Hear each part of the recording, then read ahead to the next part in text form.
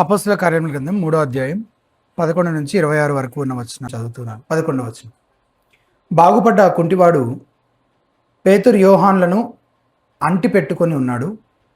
సొలొమోను మంటపంలో వారి దగ్గరికి ప్రజలంతా అధికంగా ఆశ్చర్యపడిపోతూ పరిగెత్తుకుంటూ వచ్చారు. ఇది చూచి పేతురు ప్రజలతో ఇలా అన్నాడు, ఇజ్రాయేలు మనుషులారా, దీనిని గురించి మీరు ఎందుకు ఆశ్చర్యపడుతున్నారు? మేమేదో మా సొంత బలంతో భక్తితో ఈ మనిషిని నడిచేలా చేసినట్టు ఎందుకు మా వైపు తేరి చూచుచున్నారు? అబ్రహాం, ఇసాకు, యాకోబుల దేవుడు, మన పూర్వీకుల దేవుడు తన సేవకుడైన యేసును గౌరవించాడు. మీరు ఆయనను పిలాతుకు అప్పగించారు. ఆయనను విడుదల చేసే నిర్ణయానికి అతను వచ్చినప్పుడు అతని ఎదుట మీరు వద్దన్నారు. పవిత్రుడు, న్యాయవంతుడు అయిన వాడిని వద్దని చెప్పి హంతకుడిని మీకు విడుదల చేయాలని కోరారు. మీరు జీవానికి కర్తను చంపించారు, కానీ దేవుడు ఆయనను చనిపోయిన వారిలో నుండి సజీవంగా లేపాడు. ఇందుకు మేము సాక్షులము. యేసు పేరు మీద ఉన్న నమ్మకం వల్ల ఆయన పేరటే ఈ మనిషికి బలం కలిగింది. ఇతన్ని మీరు చూస్తున్నారు. ఇతడెవరో మీకు తెలుసు. యేసు మూలంగా కలిగే నమ్మకమే మీ అందరి ఎదుట ఇతనికి ఈ పూర్తి ఆరోగ్యాన్ని కలిగించింది. సోదరులారా, మీరు చేసినది తెలియక చేశారని నాకు తెలుసు. మీ నాయకుల సంగతి కూడా అంతే. అయితే తన అభిషిక్తుడు బాధల పాలవుతాడని దేవుడు ప్రవక్తలందరి నోట ముందుగా ప్రకటించిన దానిని ఈ విధంగా నెరవేర్చుకున్నాడు. కనుక పశ్చాత్తాపడి దేవుని వైపు తిరగండి. ప్రభు సన్నిధానం నుంచి విశ్రాంతి కాలాలు వచ్చేలా, మీకు ముందుగా ప్రకటించబడిన అభిషిక్తుడైన యేసును ఆయన పంపేలా, మీ పాపాలు నిర్మూలం కావడానికి అలా చేయండి. అన్నింటికీ కుదురుబాటు కాలాలు వస్తాయని లోకారంభం నుంచి దేవుడు తన పవిత్ర ప్రవక్తల నోట పలికించాడు. అంతవరకు యేసు పరలోకంలో ఉండాలి. మోషే యథార్థంగా పితరులతో అన్నాడు కదా, మీ దేవుడైన ప్రభువు మీకోసం మీ సోదరులలో నుంచి నాలాంటి ప్రవక్తను ఒకడిని బయలుదేరేలా చేస్తాడు. ఆయన మీతో చెప్పేదంతా మీరు చెవిన పెట్టాలి. ఆ ప్రవక్త మాటలు పెడచెవి పెట్టే ప్రతి ఒక్కరూ ప్రజలలో లేకుండా పూర్తిగా నాశనం అవుతారు.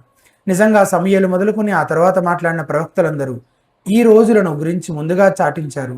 మీరు ప్రవక్తల ప్రజలు, మీ పూర్వీకులతో దేవుడు చేసినటువంటి ఒడంబడిక ప్రజలు.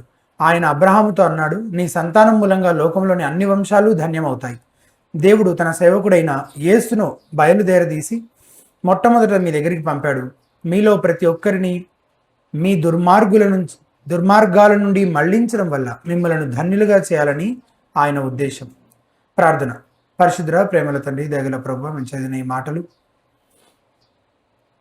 వీటిని రాయించడం వెనకాల ఉన్న మీ ఉద్దేశాన్ని మేము సరిగ్గా గ్రహించడానికి మీరు కృప చూపించి, మీ సన్నిధిని మా మధ్య నుంచి మీ సత్యాలను మేము లోతుగా గ్రహించగలిగేలా మీరే మాకు సహాయం చేస్తున్నామని యేసునామమున ఆశ్రయించి ప్రార్థిస్తున్నాము తండ్రి. చాలాసార్లు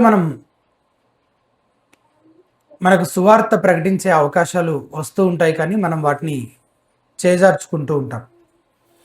కొన్నిసార్లు ఏం చెప్పాలో తెలియక, ఎక్కడ మొదలు పెట్టాలో అర్థం కాక ఆగిపోతూ ఉంటాం. చెప్పాలని ఉంటుంది కానీ ఏం చెప్పాలో తోచదు. భయాన్ని, బెరుకును, కొత్త వ్యక్తులతో మాట్లాడే విషయంలో ఉన్న ఇబ్బందిని, వీటన్నింటినీ అధిగమించగలిగిన ఇంతకీ అసలు ఏం చెప్పాలో పాలుపోక చాలాసార్లు మనకు వచ్చే అవకాశాలను చేతులారా జారవిడుచుకుంటాం. నేను కూడా ఈ విషయంలో ఇంకా ఎదుగుతూ ఉన్నాను, నేర్చుకుంటూ ఉన్నాను. అయితే నాకులాగే మీకు కూడా అప్పుడప్పుడు ఇట్లా అనిపిస్తుండొచ్చు. ఏదైనా పుస్తకం చదువుతున్నప్పుడు మా ప్రతి సౌండ్ని నేను ఇమిటేట్ చేస్తున్నాను. ఎవరైనా చనిపోయినప్పుడు, ఎవరైనా 4 మాటలు చెప్పమని లేదా ప్రార్థన చేయమని మనల్ని అడుగుతారు కదా, అప్పుడు ఈ సువార్త సత్యాలు చెప్తే దుఃఖంలో ఉన్న వారిని ఈ సత్యాలు ఎంత ఆదరిస్తాయో కదా. అప్పుడు ఎప్పుడో కరెక్ట్ టైం వచ్చినప్పుడు కాదు, అప్పుడు అనిపిస్తూ ఉంటాయి అట్లాంటివి. అవన్నీ మళ్ళీ టైంకి గుర్తురావు మనకి. అలాగే ఏదైనా ప్రసంగం వింటున్నప్పుడు, నా స్నేహితుడు లేదా నా కొలీగ్ కొన్ని నెలల క్రితం సరిగ్గా ఇలాంటి పరిస్థితినే ఎదుర్కొన్నాడు. ఆ సమయంలో అతనికి లేదా ఆమెకు నేను ఈ సంగతులు చెప్పి అతని దృష్టిని లేదా ఆమె దృష్టిని క్రీస్తు వైపుకు తిప్పగలిగి ఉంటే ఎంత బాగుండేది అని అనిపిస్తుంటుంది. అలాగే మన అనుదిన వాక్యదానం చేస్తున్నప్పుడు కూడా ఇలాంటి తలంపులు ఎన్నో వస్తుంటాయి కదా. రకరకాల భావజాలాలు కలిగిన వారికి, అనేక రకాల పరిస్థితుల్లో ఉన్న వారికి, ఈ వాక్యం అయితే, ఈ మాటలైతే, ఈ ఉపమానం అయితే ఎంత చక్కగా క్రీస్తును ప్రకటించవచ్చు కదా దీని ద్వారా వాళ్ళకి అని అనిపిస్తుంది. అవునవును, మాకు కూడా అనిపిస్తుందని మీరు అనొచ్చు. అలాగే మీరు కూడా నాకులాగే సరిగ్గా సమయం వచ్చినప్పుడు నోటికి తాళం వేసుకొని ఏదో ఒక మూలకు నిలబడి ఆ అవకాశాన్ని చేతులారా జారవిడుచుకుంటూ ఉండొచ్చు. అయితే ఈరోజు పేతురు చెప్పిన ఈ రెండో ప్రసంగాన్ని ఆధారం చేసుకొని సువార్త ప్రకటించేవారు చెప్పాల్సిన ఒక 3 ప్రాముఖ్యమైన సత్యాలను మీ దృష్టికి తీసుకొస్తాను. సరిగ్గా ఇవే మాటలు వాడి ఇదే క్రమంలో చెప్పాలని నేను అనడం లేదు, అలా చెప్పాల్సిన అవసరం కూడా లేదు. ఇక అట్లా చెప్తే అసలు ఏం అర్థం కాదు కూడా ఎవరికి. ఎందుకంటే పేతురు ఇజ్రాయెల్ ప్రజలతో మాట్లాడుతున్నాడు కాబట్టి ఈ మాటలు చెప్తున్నాడు. సో ఎప్పుడు సువార్త ప్రకటించినా ఈ సత్యాలు ఖచ్చితంగా ఏదో విధంగా మీ సొంత మాటల్లో వ్యక్తపరచాలనేది మనసులో పెట్టుకుంటే అది సువార్థీకరణ చేసే విషయంలో మనకి ఎంతగానో ఉపయోగకరంగా ఉంటుంది. అదే ఈ రోజుటి మన ప్రసంగాంశం, సువార్త ప్రకటన. పుట్టుకతోటే కుంటివాడిగా పుట్టిన ఒక వ్యక్తి దేవాలయం యొక్క శృంగారం అనే ద్వారం దగ్గర భిక్ష మడుక్కుంటూ ఉండేవాడు. అతన్ని పేతురు యోహాను ఎలా స్వస్థపరిచారో మనం గత వారము చూసాం. అయితే అతన్ని చాలా కాలంగా ఆ ద్వారం వద్ద మెట్ల మీద పడుండడం చూస్తూ వచ్చిన ప్రజలు చాలామంది అతన్ని గుర్తుపట్టి అతను ఇప్పుడు నడుస్తూ, దుంకుతూ, గంతులు వేస్తూ, పరిగెడుతూ దేవుని స్తుతిస్తూ ఉండడం చూసి ఆశ్చర్యపోయారట కదా. 8, 9, 10, 11 వచనాలు, 4 వచనాలు ఒకసారి చదువుదాం. వాడు దిగ్గున లేచి నిలిచి నడిచెను, నడుచుచు గంతులు వేయుచు దేవుని స్తుతించుచు వారితో కూడా దేవాలయంలోనికి వెళ్ళను. వాడు నడుచుచు దేవుని స్తుతించిన ప్రజలందరూ చూచి శృంగారమును దేవాలయపు ద్వారమునొద్ద భిక్షము కొరకు కూర్చుండిన వాడు వీడే అని గుర్తెరిగి వానికి జరిగిన దానిని చూచి విస్మయముతో నిండి పరవశులైది. వాడు పేతురును యోహానును పట్టుకుని ఉండగా ప్రజలందరూ విస్మయముంది సొలొమోనుదను మంటపంలో ఉన్న వారి యొద్దకు గుంపుగా పరిగెత్తి వచ్చిరి. ఆ స్వస్థత పొందుకునే వ్యక్తి పేతురును యోహాను పట్టుకున్నాడు. ఎందుకు? నిలబడలేకపోతున్నాడా? దానికి కాదు. గంతులు వేస్తూ దుంకుతూ ఉన్న వ్యక్తి నిలబడలేకపోవడం ఏంటి? పట్టుకున్నాడు అంటే బేసిక్గా వాళ్ళని అంటిపెట్టుకుని ఉన్నాడు అని. నిజమే కదా. అలా స్వస్థత పొందుకున్న అతని స్థానంలో మనమున్నా అదే చేస్తాం కదా. ఎందుకంటే పేతురు యోహాను అతని జీవితాన్నే మార్చారు. అండ్ త్వరలోనే ప్రజలందరూ గుమ్ముగూడారు అక్కడ. అప్పుడు పేతురు ఏం చేశాడు? వెంటనే అక్కడి నుంచి పారిపోయాడా? అమ్మో ఇంతమంది జనాలు ఉన్నారని.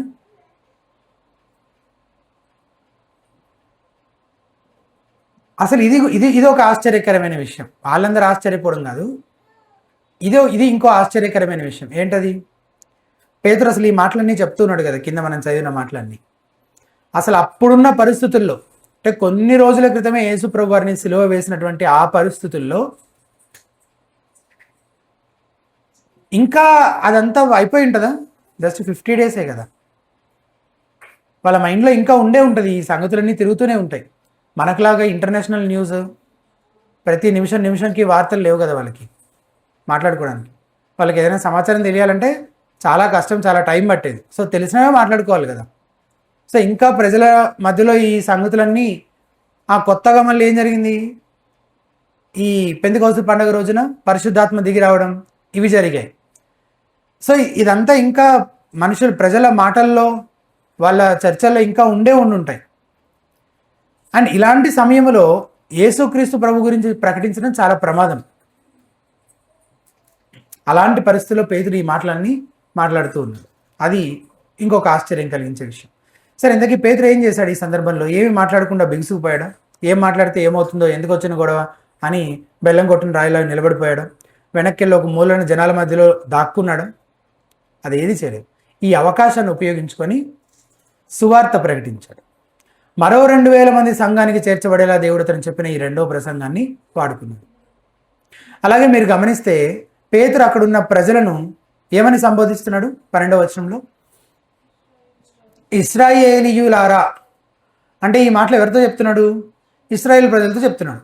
కాబట్టి పేతురు తన ప్రసంగంలో కూడా వారికి అర్థమయ్యే భాష, పదాలు, అదే ఓల్డ్ టెస్ట్మెంట్ కాన్సెప్ట్స్ అవన్నీ వాడి వాళ్ళకు సువార్త చెప్తున్నాడు. ఇక్కడే మనం అర్థం చేసుకొని నేర్చుకోవాల్సిన ఒక విషయము ఉంది. మనం ఎవరితో మాట్లాడుతున్నామో అందుకు అనుగుణంగా, అంటే వారి ఆలోచనలకు, వారి భావజాలానికి, వారి వ్యక్తిత్వానికి, వారి వృత్తి, వారి అలవాట్లు, వారి సమాజం, వారి విలువలు, అందుకు అనుగుణంగా ఎలా సువార్త సత్యాలను వాళ్ళకి రిలేట్ చేస్తూ చెప్పాలో ఆలోచించాలి, అలా చేయడం మనం నేర్చుకోవాలి. అందుకే ప్రారంభంలోనే చెప్పాను, ఇలాగే మనం చెప్తే ఎవరికైనా ఏమైనా అర్థమవుతుంది? ఇది యూదులతో మాట్లాడుతున్నాడు కాబట్టి అబ్రహాం గురించి తీస్తున్నాడు, దావీదు గురించి మాట్లాడుతున్నాడు, ఇంకా దేని గురించో మాట్లాడుతున్నాడు, అబ్రహాం గురించి, దావీదు గురించి, సమూయేలు గురించి, మోషే గురించి. మనం ఈ ఈ సంగతులన్నీ చెప్పామనుకోండి ఎవరికైనా, అసలు వాళ్ళందరూ ఎవరు ముందు అనే ప్రశ్న వస్తుంది అనమాట. అప్పుడు మనం ఆదికాండం దగ్గర మొదలు పెట్టాలి వాళ్ళకి. అట్లా చెప్పడము అట్లా కాదు కదా. ప్రజలకు అనుగుణంగా మాట్లాడడము నేర్చుకోవాలి. ఈ విషయంలో చాలామంది చేసే ఒక పొరపాటు ఏంటంటే, ఇలా ప్రజలకు అనుగుణంగా మాట్లాడే క్రమంలో ప్రజల గురించిన విషయాలు మాట్లాడటంతోనే కాలక్షేపం చేస్తుంటారు అనమాట. ఇంకా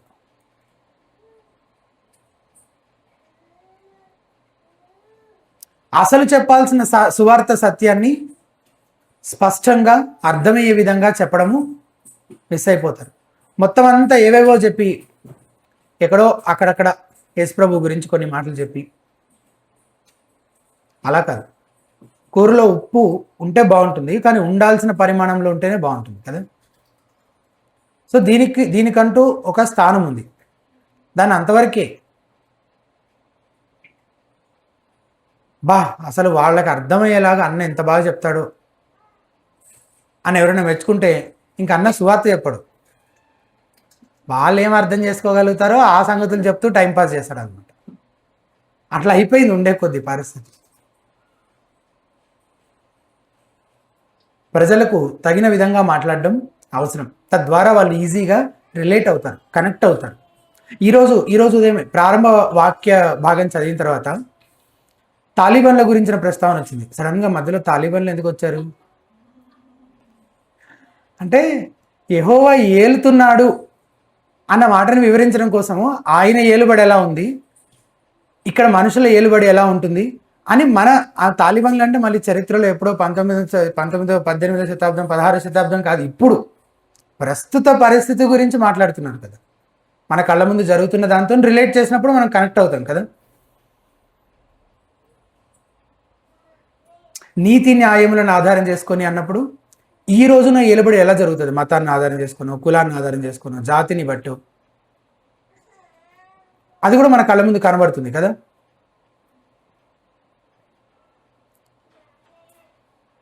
అయితే రిలేట్ చేయాల్సిన సత్యాలు రిలేట్ చేయకుండానే మన సంభాషణ ముగిస్తాయి, లేదా మనం సువార్తకు అంత ప్రాధాన్యత ఇవ్వకపోతే అప్పుడు మన పద్ధతిలో ఖచ్చితంగా లోపం ఉందని గ్రహించాలి. అలాగే సందర్భానికి అనుగుణంగా కూడా మాట్లాడాలి.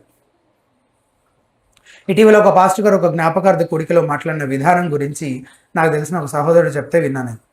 కుటుంబం అంతా చనిపోయిన వ్యక్తి గురించి తమ ఆత్మీయని జ్ఞాపకం చేసుకుంటూ కూడిక పెట్టుకున్నారంట, జ్ఞాపకార్థ కూడిక. అయ్యగారు ప్రసంగం చెప్తూ మధ్య మధ్యలో జోకులు వేస్తున్నారట, నవ్వుతూ తుళ్ళుతూ మాట్లాడుతున్నారట. ఈ వింటున్న వ్యక్తి ఏమో చుట్టూ అటు ఇటు చూస్తున్నాడు అంట. అక్కడ ఒక ఫోటో పెట్టున్నారు ఆ చనిపోయిన వ్యక్తిది. అసలు ఈ సందర్భం ఏంటి, ఆయన ఈ జోకులు ఏంటి మధ్యలో, ఎంత ఇన్సెన్సిబుల్ కదా. కాబట్టి సందర్భానికి తగినట్టు, ప్రజలకు తగినట్లు సువార్త సత్యాలను రిలేట్ అయ్యేలా, కనెక్ట్ చేసుకోగలిగేలా చెప్పడం నేర్చుకోవాలి. చదువుకొని వాళ్ళతో ఎలా మాట్లాడాలి, చదువుకున్న వాళ్ళతో ఎలా మాట్లాడాలి, పల్లెటూరులో ఉండే వాళ్ళతో ఎలా మాట్లాడాలి, పట్టణంలో ఉండే వాళ్ళతో ఎలా మాట్లాడాలి, వయసులో పెద్దవాళ్ళు అయితే ఎలా మాట్లాడాలి, యవనస్తులు అయితే ఎలా మాట్లాడాలి, ఉద్యోగస్తులు అయితే ఎలా మాట్లాడాలి, కూలి పని చేసుకునే వారితో ఎలా మాట్లాడాలి, నామినల్ క్రిస్టియన్స్కి సువార్త ఎలా చెప్పాలి, అన్య మతస్థులకు సువార్త ఎలా చెప్పాలి, నేర్చుకోవాలి మనం. పేతురు ఇక్కడ యూదులకు అర్థమయ్యేలా మాట్లాడడం నుండి మనం ఈ పాఠము నేర్చుకోవచ్చు. అలాగే మనం గమనిస్తే పేతురు తన ప్రసంగం ప్రారంభంలోనే అక్కడ జరిగిన అద్భుతానికి సంబంధించిన సమస్త మహిమ దేవునికే చెందాలి, ఇది మా వలన కలిగినది కాదు, మమ్మల్ని బట్టి కాదు అని ఒప్పుకుంటూ క్రీస్తు వైపుకు ప్రజల గమనాన్ని మళ్లిస్తున్నాడు. క్రీస్తుకు చెందాల్సిన మహిమను ఆయనకి మాత్రమే చెల్లించేలా ప్రజల్ని ప్రోత్సహిస్తున్నాడు. 12వ వచనం చూడండి. పేతురు దీనిని చూచి ప్రజలతో ఇట్లనను, ఏమని? ఇశ్రాయేలీయులారా, మీరు వీని విషయమై ఎందుకు ఆశ్చర్యపడుచున్నారు? ఆశ్చర్యపడికి ఏం చేయాలి? రోజు ఎన్నో సంవత్సరాల నుంచి చూస్తున్నాం వీడిని, అదే మెట్ల దగ్గర పడున్నాడు. వాడిప్పుడు లెగిసి గంతులు వేస్తుంటే ఆశ్చర్యపడికి ఏం చేయాలి? కానీ పేతురు ప్రశ్న ఎందుకు వేస్తున్నాడు? అసలు తామే చేసినట్టుగా ఎందుకు మా తట్టు తేరి చూస్తున్నారు అంటున్నాడు కదా. మా సొంత శక్తి చేతనైనను భక్తి చేతనైనను నడుమని వీనికి బలం ఇచ్చినట్టుగా మీరెందుకు మా తట్టు తేరి చూస్తున్నారు? అందరు ఇట్లా ఇట్లా చూస్తున్నారంట పేతురుని, యోహాన్ని. ఎందుకు ఆశ్చర్యపడుతున్నారని అందుకు అడుగుతున్నాను కదా. మా తట్టు చూస్తున్నారంటే మమ్మల్ని బట్టి జరిగిందని ఆశ్చర్యపడుతున్నారా? 16వ వచనం, ఆయన నామమందలి విశ్వాస మూలముగా ఆయన నామమే మీరు చూచి ఎరిగి ఉన్న వీరిని బలపరచెను. ఆయన వలన కలిగిన విశ్వాసమే మీ అందరి ఎదుట వీనికి ఈ పూర్ణ స్వస్థత కలుగజేసెను. మన ద్వారా అంటే మనం ప్రార్థించినప్పుడు ఎవరి జీవితంలో అయినా ఏదైనా జరిగితే, లేదా మనం దేవుని వాక్యాన్ని ఆధారం చేసుకొని ఎవరికైనా రైట్ గైడెన్స్ ఇచ్చి డైరెక్షన్ ఇచ్చి సహాయం చేసినప్పుడు, లేదా ఎవరికైనా సువార్త ప్రకటించడం ద్వారా వారు రక్షించబడినప్పుడు కానీ, ఇలా దేవుడు మనలను వాడుకున్న ప్రతి సందర్భంలోనూ మనం గుర్తు చేసుకోవాల్సిన ఒక ప్రాముఖ్యమైన సత్యం ఏంటంటే, అది మనం గొప్పవాళ్ళం కాబట్టి సాధ్యపడలేదు. అది మనలో ఉన్న ఏదైనా గొప్ప లక్షణాల కారణంగానో మన ప్రతిభా సామర్థ్యాల కారణంగానో సాధ్యపడిందని మనం అనుకోవడానికి వీల్లేదు. మనం కేవలం కుమ్మరి తన సొంత ఉద్దేశాలు నెరవేర్చుకోవడానికి వాడుకునే మట్టి పాత్రలు మాత్రమే. దేవుడు మన ద్వారా జరిగించిన దేని విషయంలోనైనా దేవునికి మాత్రమే చెందాల్సిన మహిమ మనం తీసుకుంటే ఆయన మహిమను మనము దొంగిలించినట్లే. గర్వంతో నిన్న కొరింథీయులను పౌలు ఏమని హెచ్చరించాడో చూడండి. కొరింథీయులకు రాసిన మొదటి పత్రిక 4వ అధ్యాయం 6-7 వచనాలు. కొరింథీయులకు రాసిన మొదటి పత్రిక 4వ అధ్యాయం 6వ వచనం, సహోదరులారా, మీరు మమ్మను చూచి లేఖనములందు వ్రాసిన సంగతులు అతిక్రమింపకూడదని నేర్చుకొని మీరొక్కని పక్షమున మరి ఒకని మీద ఉప్పొంగకుండునట్లు అని అంటున్నాడంటే వాళ్ళు ఏమవుతున్నారు, ఏం చేస్తున్నారు? ఒకళ్ళకంటే ఒకళ్ళు గొప్పవాళ్ళని ఉప్పొంగుతున్నారు. ఈ మాటలు మీ నిమిత్తమే నా మీద అపోలో మీదను పెట్టుకొని సాదృశ్య రూపంగా చెప్తున్నాను. ఎందుకు ఈ మాటలు చెప్తున్నానంటే, నీకు ఆధిక్యము కలుగజేయువాడు ఎవడు? నువ్వేనా? నీ అంత నువ్వేనా? నీకు కలిగిన వాటిలో పరుని వలన నీవు పొందనిది ఏది?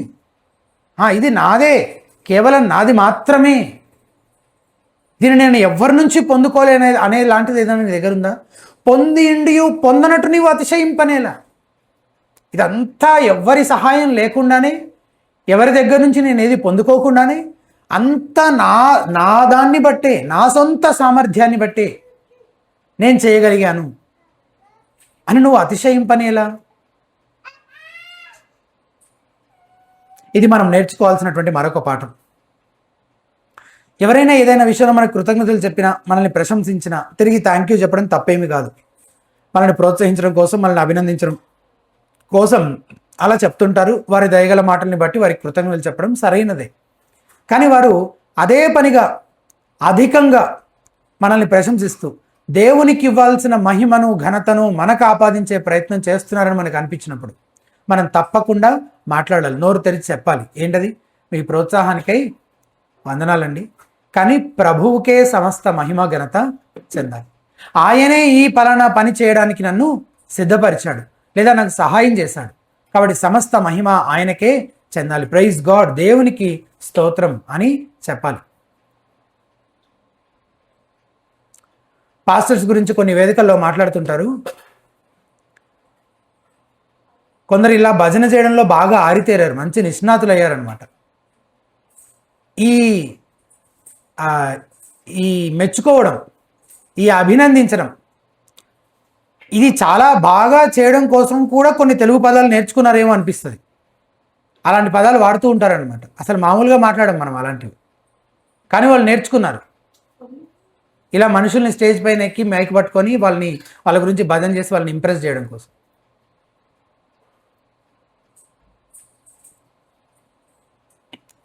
ఇటీవల నేను సువార్త కూటాల నిమిత్తం ఒక ప్రాంతానికి వెళ్ళాను. అక్కడ ఒక వ్యక్తి సాక్ష్యం చెప్పడం కోసం అని మైక్ తీసుకొని యేసుక్రీస్తు కంటే ఎక్కువగా ఆ వేదికను అలంకరించిన ఒక పాస్టర్ గారి భజన చేస్తున్నాడు అనమాట. సరే, ఇంతకీ ఆ పాస్టర్ గారు ఎట్లా ఫీల్ అవుతున్నారో, మరి ఇంత ఓవర్ అయిపోతుంది కదా ఇది, ఆయన ఎట్లా ఫీల్ అవుతున్నాడని ఆయన ఇంకా చూస్తే ఆయన తెగ మురిసిపోతూ లోపల లోపల సంతోషం పట్టలేక ఉబ్బి తబ్బిబ్బైపోతున్నాడు ఆయన. పాపం ఆయన ఇబ్బందిని చూసైనా సాక్ష్యం చెప్తున్న వ్యక్తి ఇంకా ముగించవచ్చు కదా అని నేను అనుకుంటూ ఉండగానే ఆ అయ్యగారి గురించి ఎంత చెప్పినా తక్కువే, కానీ సమయాన్ని బట్టి నా మాటలు ముగిస్తున్నాను. దేవుడి సాక్ష్యం దీవించిన గాక అని ఆ సహోదరుడు స్టేజ్ దింపాడు అనమాట. ఇంతకీ ఎవరి గురించిన సాక్ష్యం అది? క్రీస్తుని గురించా, అయ్యగారి గురించా? సరే, ఆ సహోదరుడి పరిస్థితి కాసేపు పక్కన పెట్టిన ఆ అయ్యగారి పరిస్థితి ఎంత దారుణంగా ఉందో చూడండి. అలా మనం ఉండడానికి వీల్లేదు. ముఖ్యంగా పేతురు స్పందన ఎట్లా ఉందో చూడండి. 12వ వచనం మనం ఇందాక చదివాం, మళ్ళీ చదువుదాం. పేతురు దీనిని చూచి ప్రజలతో ఇట్లనను, ఇశ్రాయేలులారా, మీరు వీని విషయమై ఎందుకు ఆశ్చర్యపడుచున్నారు? మా సొంత శక్తి చేతనైనను భక్తి చేతనైనను నడువని వీనికి బలం ఇచ్చినట్టుగా మీరు ఎందుకు మా తట్టు తేరి చూస్తున్నారు? ఎందుకు ఆశ్చర్యపడుతున్నారు? మీరు ఎందుకు మమ్మల్నే చూస్తున్నారు? మరి ఇంకెవరిని చూడాలి? మా వైపు కాదు చూడాల్సింది. మా సొంత శక్తి చేత భక్తి చేత మేము ఏదైనా చేస్తే ఆశ్చర్యపడడానికి కారణం ఉంటుంది, కానీ ఇది మా వల్ల కలిగినది కాదు. కాబట్టి మీరు ఎందుకు ఆశ్చర్యపడుతున్నారని అడిగి మీరు మా వైపు చూడొద్దు. మరి ఎవరి వైపు చూడాలి? ఇమ్మీడియట్గా ఫోకస్ తమ వైపు నుంచి దేవుని వైపుకు మళ్ళిస్తూ పేతురు అంటున్నాడు 13వ వచనం, అబ్రహాము దేవుడు, ఇస్సాకు దేవుడు, యాకోబు దేవుడు, మన పితరుల దేవుడు తన సేవకుడైన యేసును మహిమపరిచి ఉన్నాడు. ఎలా మహిమపరిచాడు? దేవుడే మీరు చేస్తున్న ఈ అద్భుత కార్యాన్ని, మీరు చూస్తున్న ఈ అద్భుత కార్యాన్ని మన మధ్య జరిగించాడు. ఎలా జరిగించాడు? యేసు నామమున జరిగించాడు. కాబట్టి దేవుడు ఈ కార్యం చేయడం ద్వారా తన సేవకుణ్ణి అనగా యేసుని మహిమపరిచి ఉన్నాడు. లేదా యేసు ఈ కార్యం చేయడం ద్వారా, ఆయన ద్వారా జరిగించడం ద్వారా దేవుడు ఆయనను మహిమపరిచి ఉన్నాడు. పేతురు ప్రజల గమనాన్ని తమపై నుంచి దేవుని వైపుకి, క్రీస్తు వైపుకు మళ్ళిస్తూ ఉన్నారు కదా. అండ్ చాలాసార్లు ఇలాంటి మాటలు చాలా యథాలాపంగా అలవాటుగా ఊరికే అంటుంటారు పైపైన. దాన్నే ఉందిలేండి, అంత దేవుని దయ. అసలు నేను ఒక పదం అయితే నాకు విని విని విసుగొచ్చేస్తుంది. అదేంటంటే, దాన్నే ఉందండి, అంత దేవుని చిత్తం. దేవుని చిత్తం ఎట్లయితే అట్లా. దేవుని చిత్తం జరిగేలా ప్రార్థన చేయండి. దేవుని చిత్తం అసలు ప్రతి దానికి ఇంకొక మాట ఏది లేనట్టు ఇదొక ఊత పదం అయిపోయింది. నిజంగా దే డజంట్ మీన్ ఇట్. వాళ్ళకి నిజంగా వాళ్ళ మనసులో దాని గురించిన ఆలోచన కానీ ఆ భావన కానీ ఏది ఉండదు. ఊరికే నిజంగా ఆ మాట అనగలిగితే అది నిజమైన తగ్గింపు, నిజంగా దేవుని మహిమపరచాలని కోరుకునే హృదయం నుంచి వచ్చే మాట. ఈ పేతురు మాదిరిని, పౌలు చేసిన ఈ హెచ్చరికను మనం ఎల్లప్పుడూ మనసులో పెట్టుకుందాం. సువార్త ప్రకటనలో భాగంగా పేతురు నొక్కి చెప్పిన ఆ 3 సత్యాలు ఏంటో ఇప్పుడు చూద్దాం ఒక్కొక్కటిగా. అయితే ఈరోజు మనము కేవలం మొదటి సత్యాన్ని, అందులో కూడా సగమే మనం చూస్తాము, మిగిలింది వచ్చే వారం చూసే ప్రయత్నం చేద్దాం. మొదటిది, ప్రభు అయిన యేసును మనము హెచ్చించాలి. పేతురు ప్రసంగం అంతా ప్రభు అయిన యేసుక్రీస్తు చుట్టూనే తిరుగుతూ ఉంటుంది. మనం కూడా అదే చేయాలి కదా. మన మాటలు వింటున్న వ్యక్తికి యేసుక్రీస్తు గురించి ఎటువంటి అభిప్రాయం కలగాలని మనం కోరుకుంటున్నాం? యేసు ఒక మంచి బోధకుడు, ఒక మంచి ప్రవక్తన. అలా అయితే ఆయన చేసిన బోధల్లో వారికి నచ్చినవి తీసుకుంటారు, మిగిలినవి వదిలిపెట్టేస్తారు. కానీ మన లక్ష్యం యేసుక్రీస్తు మాత్రమే పాపుల రక్షకుడని, ఆయనే నిజమైన ఏకైక దేవుడని వారు తెలుసుకునేలా మనం సువార్త చెప్పాలి, అలా మాట్లాడాలి, అలా యేసును పరిచయం చేయాలి.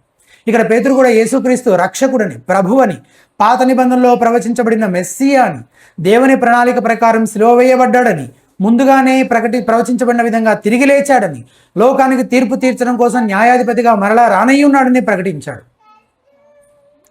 కాబట్టి మనం ఎలా ప్రకటించాలంటే ఇప్పుడు యేసుక్రీస్తు విషయంలో ఇప్పుడే నేను ఏదో ఒక విధంగా స్పందించాలి, నేను ఒక నిర్ణయం చేయాలి అని, నేను స్పందించే దాని మీద నా నిత్యత్వ గమ్యం ఆధారపడి ఉంది అనే ఆలోచనకి, ఆ అవగాహనకి, ఆ పరిస్థితికి వింటున్న వారు రావాలి. ప్రజలు తమ స్వకీయ నాశనం కోసం సువార్తను తృణీకరించవచ్చు, లేదా ఆయనను రక్షకుడిగా, ప్రభువుగా అంగీకరించవచ్చు. ఏదైనా జరగచ్చు. తర్వాత ఏం జరుగుతుందో, వాళ్ళు ఏం చేస్తారో, ఎలా స్పందిస్తారో అది కాదు. ఎలా స్పందించాలని మనం కోరుకుంటున్నాం, దానికి తగిన విధంగా మనం సువార్త చెప్తున్నామా? మనం సువార్త ప్రకటించడంలో భాగంగా యేసుక్రీస్తుని హెచ్చిస్తున్నామా? ఒకవేళ మనం యేసుక్రీస్తుని హెచ్చించకపోతే మనం సువార్తీకరణ సరిగ్గా చేయట్లేదని అర్థం. పరిశీలించుకుందాం. మనం సువార్త ప్రకటించేటప్పుడు మనం యేసుక్రీస్తును ఎలా పరిచయం చేస్తున్నాం? ఆయన ఒక న్యాయాధిపతిగా పరిచయం చేస్తున్నామా? పరిశుద్ధుడైన ఏకైక దేవుడిగా పరిచయం చేస్తున్నామా? రక్షకుడిగా పరిచయం చేస్తున్నామా?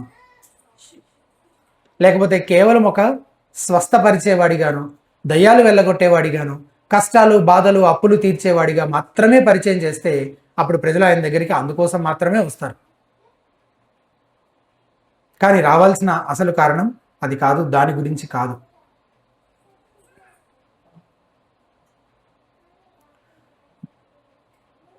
మన లక్ష్యం ఏంటి? నేను ఇప్పుడు స్పందించాలి, దీని గురించి సీరియస్గా ఆలోచించాలి అనే స్థితికి ప్రజల్ని నడిపిస్తున్నామా పరిశీలించుకోవాలి. అదే యేసుక్రీస్తు గురించి సాక్ష్యం ఇచ్చేటప్పుడు ఏం చెప్పాలో మనం క్లుప్తంగా గుర్తుపెట్టుకోవాలంటే ఇలా గుర్తుపెట్టుకోవచ్చు. యేసు ఎవరు, ఆయన ఏం చేశాడు? ఈ రెండు ప్రశ్నలకు మనం సమాధానం చెప్తే సరిపోతుంది. యేసుక్రీస్తు ప్రభువారిని సువార్త ప్రకటించేటప్పుడు ఆయనను హెచ్చించే విధంగా మనం ఆ పని చేయాలంటే యేసు ఎవరు, ఆయన ఏం చేశాడు, ఈ రెండు సంగతులు చెప్తే దీనికి సమాధానం సరిగ్గా వాళ్ళకి అర్థమయ్యేలా మనం చెప్పగలిగితే సరిపోతుంది. అందులో మొదటిది యేసు ఎవరు. పేతురు యేసు ప్రభువారిని ఉద్దేశించి చాలా టైటిల్స్ వాడాడు. కానీ ఆ టైటిల్స్ అన్నీ ఒక్క మాటలో కుదిస్తే ఇలా చెప్పొచ్చు, యేసు నామమున. 6వ వచనంలో పేతురు యోహాన్లు అదే అంటారు కదా, నజరేయుడైన యేసు క్రీస్తు నామమున నడువుమని చెప్పి. 16వ వచనంలో ఆయన నామమందలి విశ్వాస మూలముగా ఆయన నామమే వీరు చూచి ఎరిగి ఉన్న దీనిని బలపరిచెను. నామము అంటే నామమందు విశ్వాసం ఉంచడం అంటే నామము ఆ వ్యక్తిని బలపరిచిందంట. అదెలా? కాబట్టి నామములోనే ఏదో ఉంది అని కొంతమంది జపమాలలు పట్టుకొని జపం చేయడం మొదలుపెట్టారనమాట. దానికోసం దాన్ని ఏమంటారు, స్తోత్రనామావళి రాసుకున్నారనమాట. అందులో ఒక 1000 ఉంటాయి. అందులో ఒక్కొక్కటి చదువుకుంటూ ఆ జపం ఇట్లా అనుకుంటూ జపం చేయాలి. లేకపోతే ఏం చేయాలి, అటు తిరుగుతున్నప్పుడు ఇటు తిరుగుతున్నప్పుడు వంట చేస్తున్నప్పుడు ఊరికే నోటికి వల్ల వేస్తూ ఉండాలన్నమాట ఏదో ఒక జపం.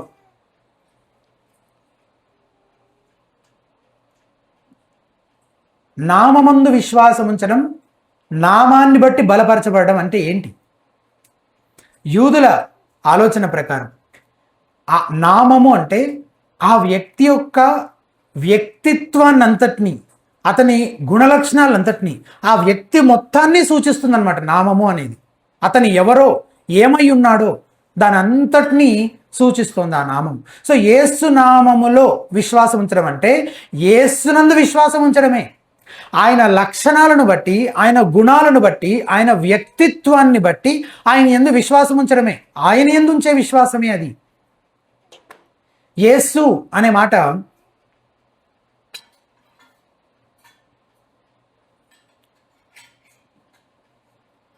యెహోషువ అనే హీబ్రూ పదం నుంచి వచ్చింది. అంటే యెహోవా ఈజ్ సాల్వేషన్, యెహోవా రక్షణ అయి ఉన్నాడు, లేదా యెహోవా రక్షించును అని అర్థం అనమాట. మత్తయి 1:21 మనం అదే చదువుతాం కదా, తన ప్రజలను వారి పాపం నుండి ఆయనే రక్షించును గనుక ఆయనకు యేసు అను పేరు పెట్టుదు అనెను.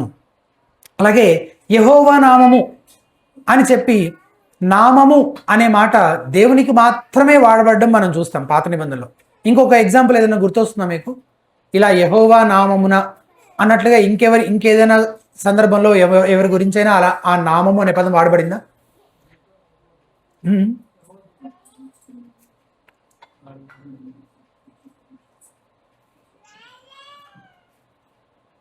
ఆ మాట దేవునికి మాత్రమే వాడబడ్డం మనం చూస్తాం పాత నిబంధనలు. అచ్చం అలాగే పేతురు ఇప్పుడు యేసు నామములో అంటున్నాడు కదా. అంటే పేతురు యేసు నామమును హెచ్చించడం ద్వారా యేసు క్రీస్తుని రక్షకుడిగా, దేవుడిగా ప్రకటిస్తూ ఉన్నాడు. ఇది యేసును ఎలా పరిచయం చేస్తున్నాడు అని మనం ఆలోచిస్తే, మొదటిగా యేసు నామమున అని పదే పదే అనడం ద్వారా, ఆ నామాన్ని, యేసు నామాన్ని హెచ్చించడం ద్వారా పేతురు ఆయనను రక్షకుడిగా, దేవుడిగా ప్రకటిస్తూ ఉన్నాడు. అది మొదటిది. తర్వాత పేతురు యేసుక్రీస్తును ఉద్దేశించి ఇంకా చాలా టైటిల్స్ తన ప్రసంగంలో వాడాడు, యేసునామం అని మాత్రమే కాకుండా. అవేంటి? 13వ వచనం చూడండి. అబ్రహాము, ఇస్సాకు, యాకోబు అను వారి దేవుడు, అనగా మన పితరుల దేవుడు, తన సేవకుడైన యేసును మహిమపరిచి ఉన్నాడు.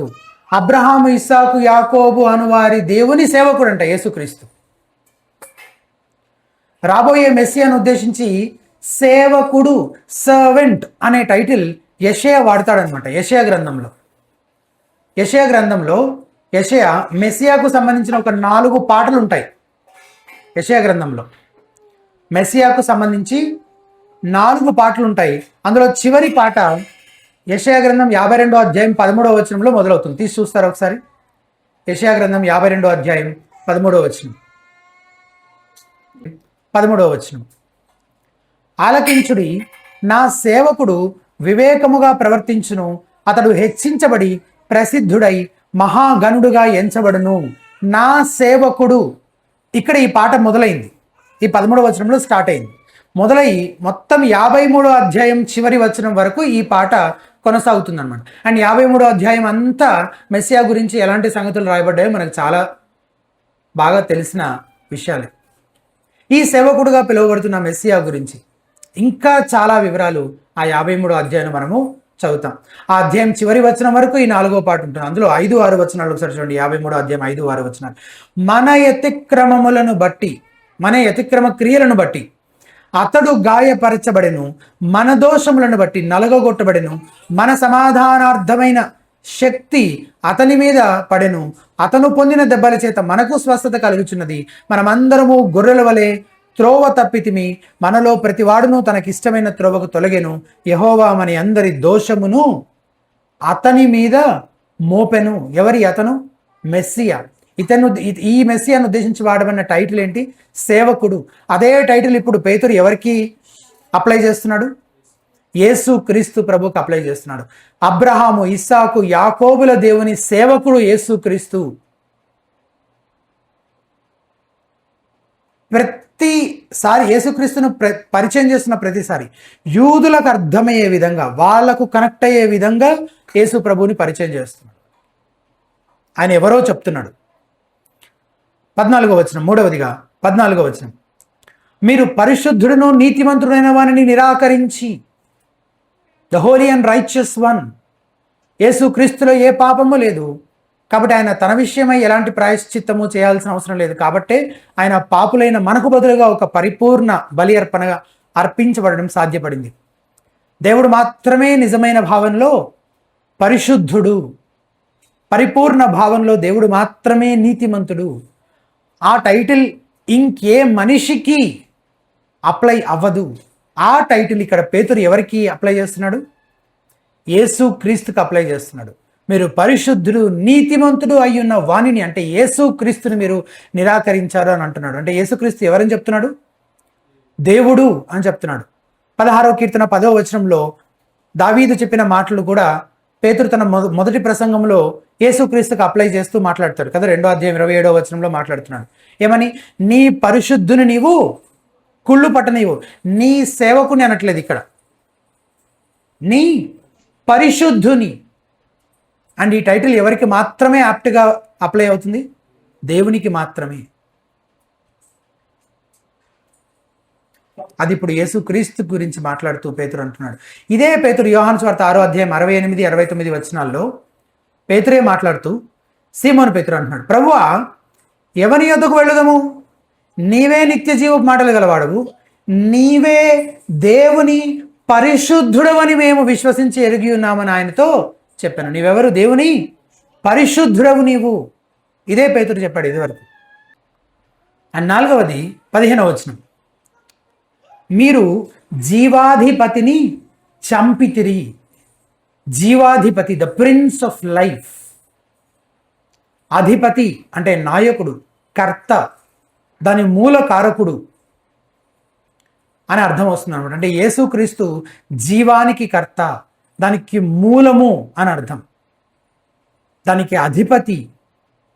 భౌతిక జీవానికైనా ఆత్మీయ జీవానికైనా ఆయనే అధిపతి. ఇది కూడా దేవుని గురించే చెప్పే మాట. ఇప్పుడు యేసుక్రీస్తు ప్రభు గురించి పేతురు అంటున్నాడు. ఎందుకు స్వయంగా యేసు ప్రభు వారే తన గురించి తాను యోహాను 14:6 ఏమని చెప్పాడు? నేనే మార్గమును సత్యమును జీవమును అని ప్రకటించుకున్నాడు. I am the way truth and life అని యేసు ప్రభు చెప్పుకుంటే, ఆయన జీవానికి అధిపతి, he's the prince of life అని పేతురు చెప్తున్నాడు.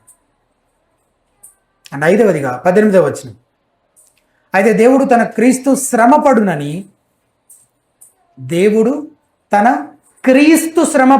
తన క్రీస్తు అంటే ఈయన దేవుని క్రీస్తు, యేసు గాడ్స్ మెస్సయ, దేవుని క్రీస్తు. 20వ వచనం, మీ కొరకు నియమించిన క్రీస్తు యేసును, అంటే తనను తానే మెస్సియాగా నియమించుకోలేదు ఆయన, దేవుడే ఆయనను మెస్సియాగా తన అభిషిక్తునిగా నియమించాడు. అందుకు అనుగుణంగా పాత నిబంధనలోని చాలా మెస్సియా ప్రవచనాలు యేసు క్రీస్తులో నెరవేరడం మనము చూస్తాం. అండ్ 6వదిగా 22వ వచనం, నా వంటి ఒక ప్రవక్తను, మోషే అంటున్నాడు ఈ మాటలు ద్వితీయోపదేశకాండం 18వ అధ్యాయం 15వ వచనంలో 18:15లో, నా వంటి ఒక ప్రవక్తను అని ఎవరిని ఉద్దేశించి అంటున్నాడు? అని ప్రవచించింది మరెవరి గురించో కాదు, యేసు గురించే అని చెప్తున్నాడు పేతురు. యేసు క్రీస్తు ప్రవక్త అని మాత్రమే కాదు, 24వ వచనంలో, మరియు సమూయేలు మొదలుకొని ఎందరు ప్రవక్తలు ప్రవచించారో వారందరూ ఈ దినము గూర్చే ప్రకటించిరి. మోషే ఈయనను ప్రవక్త అని చెప్పడం మాత్రమే కాదు, మోషే చెప్పిన ప్రవక్త యేసుక్రీస్తు అని మాత్రమే కాదు, మోషే కాదు, సమూయేలు మొదలుకొని ప్రవచించిన ప్రవక్తలందరూ వాళ్ళంతా ప్రవచించింది ఈ యేసుక్రీస్తును గురించే. రాయబడిన డేటాలో ఎక్కడ సమూయేలు నేరుగా మెస్సియా గురించి ప్రకటించినట్టుగా లేదు కదా? ఉందా అలాగని? లేదు. కానీ సమూయేలు దావీదును రాజుగా అభిషేకించాడు, అలాగే అతని రాజ్యం గురించి ప్రకటించాడు, దావీదు సింహాసనం గురించి ఒకసారి ప్రవచించాడు. ఆ సందర్భం ఒకసారి చూద్దామా? దావీదుతో దేవుడు చేసిన నిబంధన 2వ సమూయేలు గ్రంథం 7వ అధ్యాయం 12 నుంచి 16 వరకు ఉన్న వచనాలు. 2వ సమూయేలు గ్రంథం 7వ అధ్యాయం 12 నుండి 16 వరకు ఉన్న వచనాలు. ఈ మాటలు కొన్ని సొలొమోన్లో నెరవేరితే కొన్ని మెస్సియాలోనే నెరవేరాయి అన్నమాట. సో చదువుతున్నప్పుడు అది ఏది సొలొమోనుకు సంబంధించింది, సొలొమోన్లో నెరవేరిపోయింది, ఏది మెస్సియాలో నెరవేరాల్సి ఉందని మీకు అర్థమవుతుంది. 12వ వచనం, నీ దినములు సంపూర్ణములగునప్పుడు, దావీదు గురించింది, నీవు నీ పితరులతో కూడా నిద్రించిన తర్వాత నీ గర్భంలో నుండి వచ్చిన నీ సంతతిని హెచ్చించి రాజ్యమును అతనికి స్థిరపరిచేదను. అతడు నా నామ ఘనత కొరకు ఒక మందిరమును కట్టించును. సో ఈ మందిరం కట్టేది ఎవరో మనకు తెలుసు. అతని రాజ్య సింహాసనమును నేను నిత్యముగా స్థిరపరిచేదను. ఈ మాటలు చూడండి, అతని రాజ్య సింహాసనం నేను నిత్యముగా, అంటే అసలు ఆ సింహాసనం పైన ఏలుబడి చేసేవాళ్ళు ఎప్పుడు ఉంటూనే ఉంటారు, ఆ రాజ్యం ఎప్పుడు స్థిరంగా కొనసాగుతూనే ఉంటుంది, అది నిత్యము ఉండే రాజ్యం అట. 16వ వచనం, నీ మట్టుకు నీ సంతానమును నీ రాజ్యమును నిత్యము స్థిరమగును. నిత్యము అనే పదం మళ్ళీ, నీ సింహాసనము నిత్యం అనే పదం మళ్ళీ, స్థిరపరచబడును అనేను. ఈ విధంగా ఇండైరెక్ట్గా సమూయేలు కూడా మెస్సియా గురించి ప్రవచించాడు.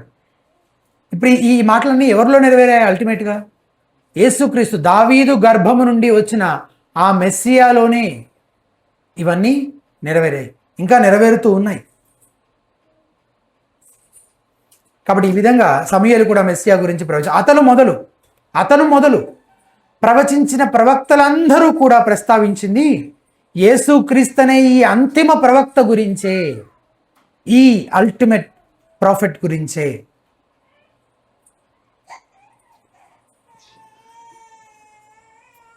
మోషే వంటి ప్రవక్త. అండ్ 7వదిగా 25వ వచనం, దేవుడు అబ్రహాముతో నీ సంతానమందు భూలోక వంశములన్నీ ఆశీర్వదింపబడునని చెప్పి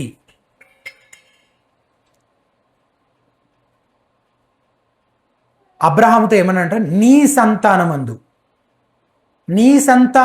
అంటే ఇసాకు ద్వారానా, యాకోబు ద్వారానా, యూదా ద్వారానా? కాదు. యూదా కొదమ సింహమైన యేసుక్రీస్తు ద్వారా, మరే ఇతరుల ద్వారా భూలోకములో ఉన్న వంశాలన్నీ ఆశీర్వదించబడడం. భూలోక వంశాలంటే ఏ టైంలో ఉన్న భూలోక వంశాలు? ఇన్ జనరల్గా అసలు భూమి మీద పుట్టిన ప్రతి వంశము అవన్నీ కూడా ఆశీర్వదించబడేది ఎవరి ద్వారా? కేవలము యేసుక్రీస్తు ప్రభు ద్వారా. ఆ అబ్రహాము సంతానము యేసుక్రీస్తే అని చెప్తున్నాడు. ఈ విధంగా ఈ 7 టైటిల్స్ యూదులు తన ఆడియన్స్ కాబట్టి దేవుడు అబ్రహాముతో, మోషేతో, దావీదుతో చేసిన ఆ వాగ్దానాలతోటి ముడిపెట్టి ఆ పాత నిబంధన టైటిల్స్ అన్నీ వాడి యేసుక్రీస్తును ఆ టైటిల్స్ యేసుక్రీస్తుకు అప్లై చేస్తూ క్రీస్తును ప్రకటించాడు పేతురు. ఇక్కడ మనం నేర్చుకోవాల్సిన ఒక విషయం, మనం సువార్త పంచుకుంటున్నప్పుడు అవతల వాళ్ళు ఏవేవో కథలు చెప్తూ ఉంటారు కదా, అనవసరమైన సంగతులని ప్రస్తావిస్తూ ఉంటారు వినేవాళ్ళు. కొన్నిసార్లు వాళ్ళు అడుగుతున్న ప్రశ్నలకు సమాధానాలు చెప్పడం మంచిదే, కానీ ఎప్పుడు మనం మనసులో పెట్టుకోవాల్సిన ఒక వాస్తవం ఏంటంటే, అల్టిమేట్గా ఆ వ్యక్తి యేసుక్రీస్తును చూడాలి. యేసుక్రీస్తు ఎవరో అతనికి అర్థం కావాలి.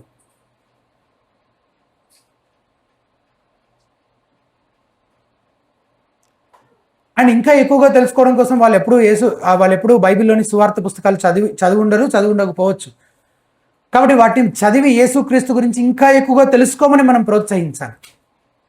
యేసుక్రీస్తు విషయంలో ఒక నిర్ణయం చేయగలిగేలా, అవసరమైతే అవకాశం ఉంటే మనమే కొన్ని వచనాలు, కొన్ని వాక్య భాగాలు వాళ్ళతో కలిసి చదవాలి.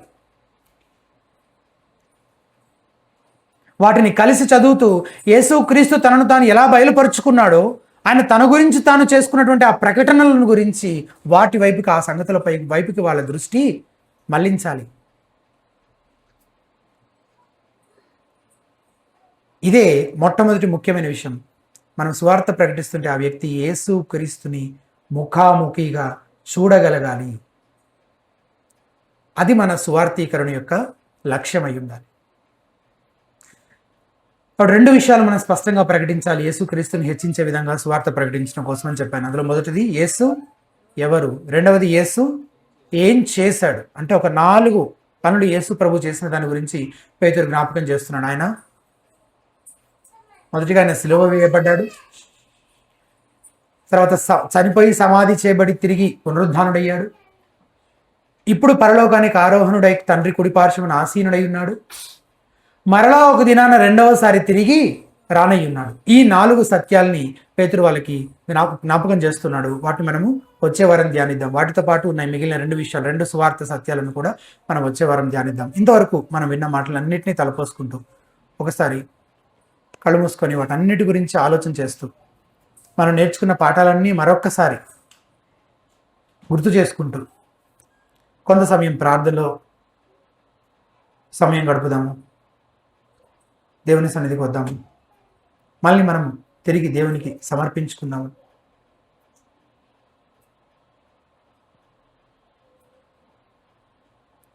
యేసు క్రీస్తుని పరిచయం చేసేవారుగా మనం ఉంటున్నామా? ప్రజలకు తగిన విధంగా సందర్భానుసారంగా ఆయన పరిచయం చేసేవారంగా మనం ఉంటున్నామా? ఆలోచించుకుందాం. ఏం చెప్పాలో పేతురు ఒక మంచి ఎగ్జాంపుల్ మనకు చూపిస్తున్నాడు. ఇందుకు తగిన విధంగా మళ్ళీ మనం సిద్ధపరచుకుందాం. మళ్ళీ మనం ఎక్విప్ చేసుకోవాలి. ఆ విషయంలో సహాయం చేయమని ఆయన మనకు అప్పగించిన మనకి ఇచ్చినటువంటి ఆ గొప్ప ఆదేశానికి మనం విధేయత చూపించి లోబడే విధంగా ఆయన రాజ్యాన్ని గురించి నశించిపోతున్న అనేకులకు ప్రకటించగలిగే కృపని మనం వేడుకుంటూ ప్రార్థన చేసుకుందాం.